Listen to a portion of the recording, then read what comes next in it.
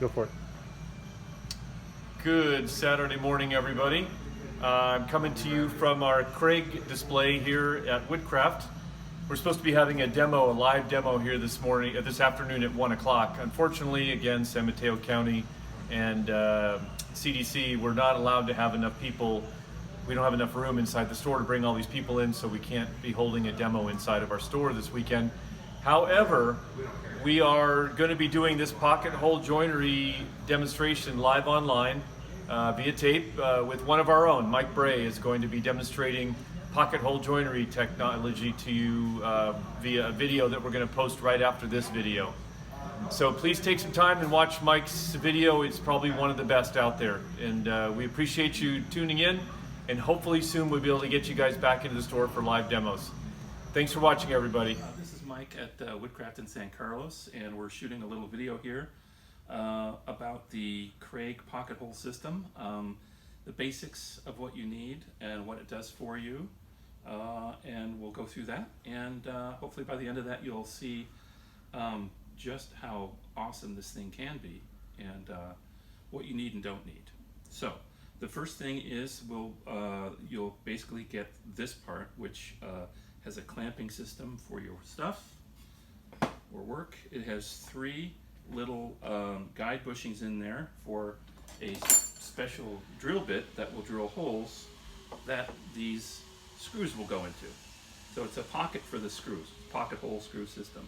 The very ancient system. It's been used for at least a couple hundred years, but this is the most convenient way to do it. So it's a tried and trusted method.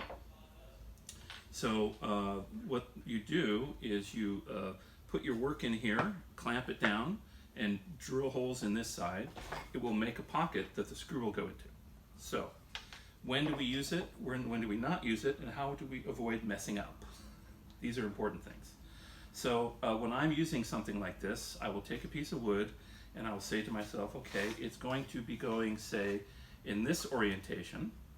And you would say to yourself, is this the front or the back? Because if you're going to use these screws, you want them on the back side where nobody can see them. Because if this is a big frame of some kind, you put it on the back, nobody will be the wiser. And on the front side, it's beautiful and clean. On the back side, you've got those pocket hole screws. Okay, so what you would do then is you would take a pencil or something and mark this side for the drilling so you don't mess it up. I don't have my pencil with me, but I have this handy dandy marker, which is very good for something like this. So here's this piece going into this piece, and the part where the end grain is facing in, I'll do it on that piece. I'm going to draw some very simple little lines like that. Pardon the background noise. This is a working shop and there's a lot going on, so don't mind any of those sounds you hear in the background. So what we have here is I have put marks on it, reminding myself that that is where the back of the thing is going to be, and that's where the screw holes are going to be. So I don't do something, well, a politer word of dumb, I don't know, unfortunate. Don't do something unfortunate. So I do in pencil something like this. So then I can bring that over and say to myself, that's going to go over here, face in this way, because the guide bushings are here. The drill bit will go in there and it will cut a pocket over there. So the part facing in is the part that gets the hole in it. Okay, so that's how to mark it out and get it set up. However, there are some other setup features here. This is a little clamp that will hold your work in place, and it has to be changed. Every time you change the thickness of your stock, you need to alter this a little bit.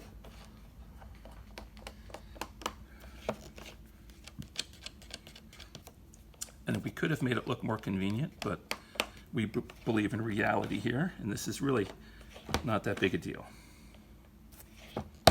Okay, so firm but not overly firm pressure, and that is now set so that this will be rock solid in there. You could see that this is moving around, which would be rather annoying when you're trying to get a bunch of work done. So we have a couple of clamps over here, and we will simply clamp this entire thing to the table.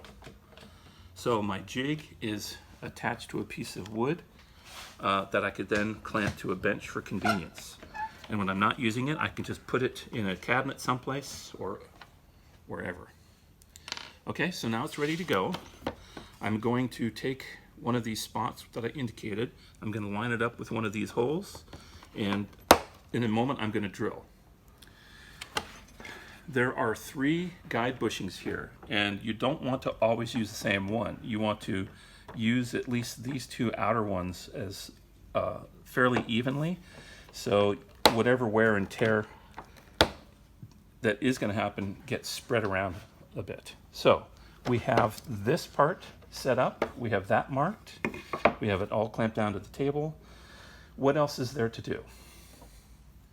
The bit itself has got to go in, and it cannot go all the way through. It has got to stop at the right spot. So one of the first things you're going to have to do is get a nickel, or in this case a washer, and you're going to set it up. You're going to put this in here, and you're going to rest it on the washer so that the bit, the narrow end of the bit, is not quite all the way on. And we're going to slide this stop collar on there, and we're going to tighten it.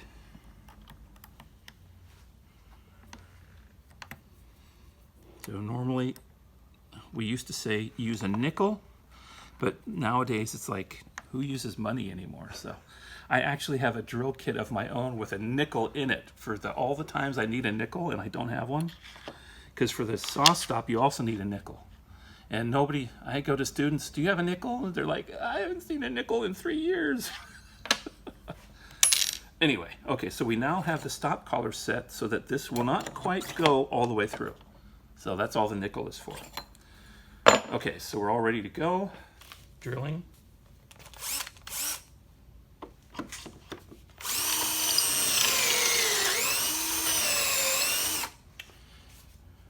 Okay. Now these modern ones have a setting for a vacuum, so you can get dust removal. It's a fantastic feature. Mine doesn't have. This one is not mine. This one belongs here.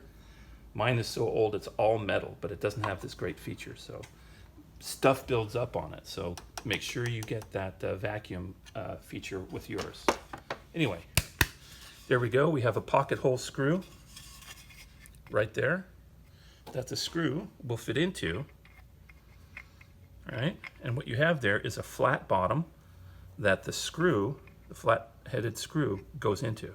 So that will basically pull the pieces together. I'm going to do one more just for the sake of being able to show you how this thing goes together.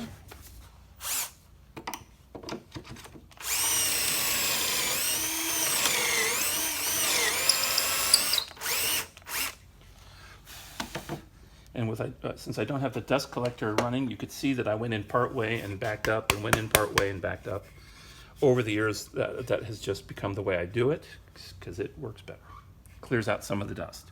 So we have these 2 far ones out there. We did not do the middle 2 yet, okay? But we're now going to attach it to this thing, okay? So when we attach the 2 of these together, what's going to happen is, because of that slight angle, it's going to want to move. So that's the single most difficult thing about using the pocket hole screws, is that the screws themselves can actually throw things out of position. So you have these specialty clamps.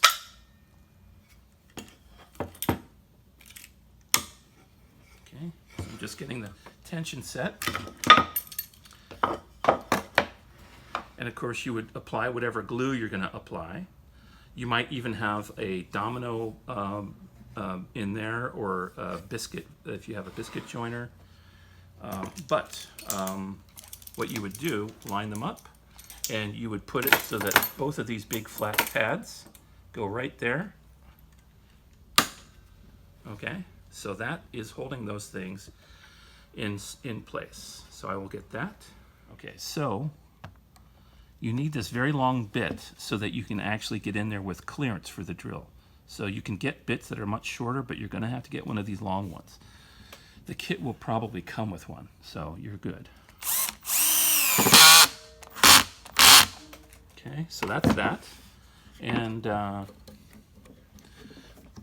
there, without even doing the second one, that's pretty strong. So if I had a second screw, I could do the other one. I'll show you just how good this is. There. And I'm going to put this in there.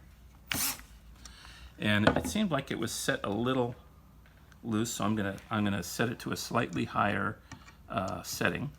I'm not going to tell you the setting because that will depend on your drill. You're going to have to find out for yourself. So if you don't do a strong enough torque setting, it won't go in all the way. And if you do too much, it will go in and spin around and tear out the fibers, which makes it ineffective for what it's doing. So you've got to find that just right moment. Anyway, so what you have here on the front is something that looks like a beautiful, pristine piece of artwork, when in fact it's just got 2 screws at the back. And it's, for somebody that loves doing through hand mortise and tenon joints, it's depressing how good this is. I used it for many, many things. We have over here a shop stool that I made about 15 years ago, and it uses butt joints, no joinery, a little bit of glue, and basically a pocket hole system. So if you see, everything is pocket screws. There, there, and there, there, there, and there, and that's the only fastener and the only joinery. So these things do work. Okay, so that is the bread and butter job for this kind of thing. But one of the reasons I like it is because sometimes you're doing very skinny stuff like the face frame for a cabinet. And if you don't have a domino, but you do have a biscuit joiner, the biscuits are too wide to use with skinny material. So what if I wanted to attach this to this for some reason? How would I do that? Well, it's very, very easy. So I would get out my drill.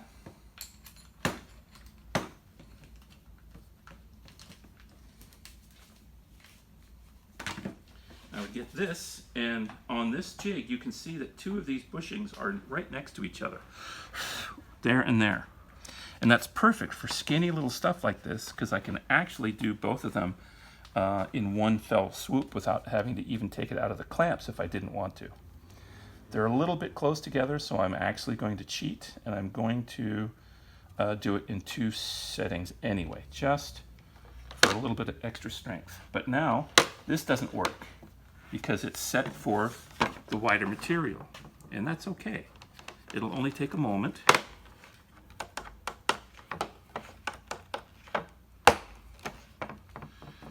And when you're doing this, it really just, it's not a huge hindrance.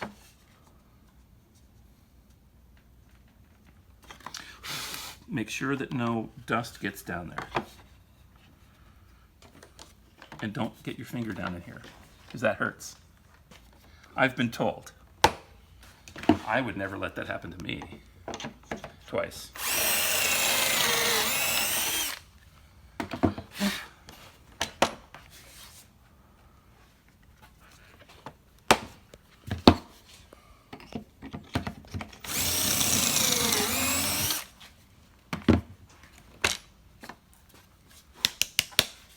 So having compressed air in a vacuum is very handy for all this stuff, but not crucial.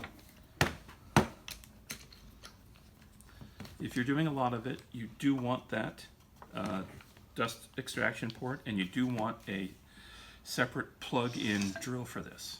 Okay, so here we have these 2 things, which are going to go in here. Whoops. And that's going to go in over here somewhere, right? And it doesn't even line up back here, but it'll line up on the front. That's fine. Normally, you'd be doing things that are all the same thickness. Go for it. Okay, so now we have this skinny piece with 2 pocket holes in it side by side. So a regular biscuit would be so wide that you couldn't really use it. So on face frame stuff, this is very handy. And normally you would attach face frame stuff like this, but we're going to attach it like this just to show you one of the other things that it can do. So this is sort of a twofer type thing. So let's say not only do we want something skinny, but we want it up at 90 degrees this way. Not like that, like that. So the clamp that we used before that has two big flat surfaces on it is completely useless for what we're doing. So eventually they came up with this, which is a second clamp that has this little post that goes right in there. So this you will absolutely need, and it will probably come with one. This one you may need, and you should at least be aware of it. So what we're going to do is we're going to stick it into one of those two spots. We're going to line everything else up as best we can.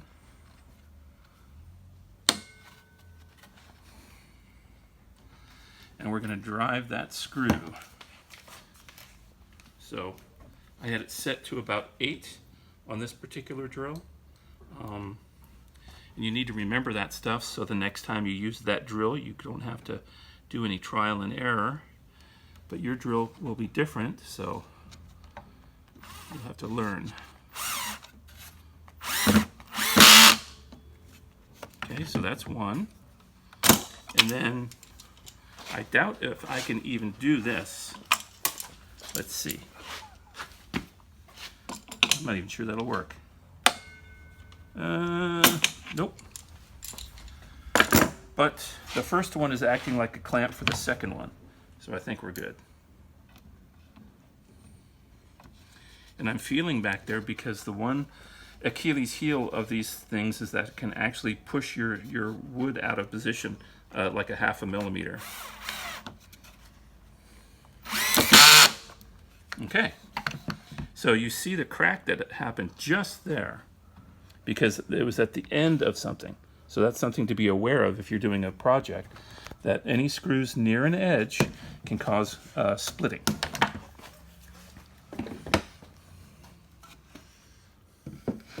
Okay. So apart from that, nobody can see it. And it's actually quite strong. So for something that's going to be held together, you know, in lots of different places, these are strong enough as is. Now, when I would typically use this is if I am attaching a face frame to a cabinet. I can have these on the inside of the cabinet, pulling the face frame in, and you could see all of these screw holes when you open the cabinet, but most people don't notice the inside of the cabinet. So you can either ignore them or fill the holes with something you can buy, which is basically a wooden dowel angled so it fits in that hole with minimum sanding. So the other thing is we use them up high where nobody can see them or down low where nobody can see them. So on a shelf at about this height, if I needed to do it, it would be on the underside of the shelf. But if I had a shelf this high and I needed to do it, it would be on the top side of that shelf where literally nobody would see it. Well, like 5 people would see it, you know. All your NBA friends would see it. That's about it. So putting it in a spot where it can't be seen is how you get around the fact that they're not particularly pretty. And hiding them, filling them with wood is the other way. Last few little things to talk about are good practice, bad practice in regards to strength. Somebody was saying that the screws coming in from this side make it a little weaker, but if the screws were coming in from that side, going into more meat over there, it would be stronger, and perhaps we wouldn't have gotten that split, who knows. But basically, either one is strong enough for what we're doing.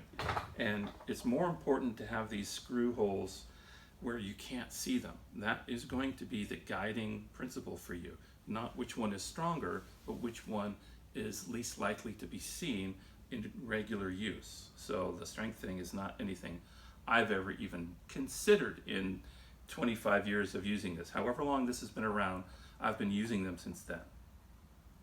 Right? So they work, and I've never had to consider which side to go from. Because this thing is at an angle, it is tending to push this that way a little bit. If I had the holes over there, it would tend to push it that way a little bit. That's the only thing you have to worry about. And generally, if you have it clamped properly, you solve that problem. I love having it. I use it when I'm doing cabinet work all the time. I'm about to do a project where I'm going to be doing 50 linear feet of cabinets using these. So I'm going to be probably drilling 700 or 800 holes of this, if I can't think of a better way to design it. But it will make it so I can put stuff together where nobody can see any fasteners. That's it.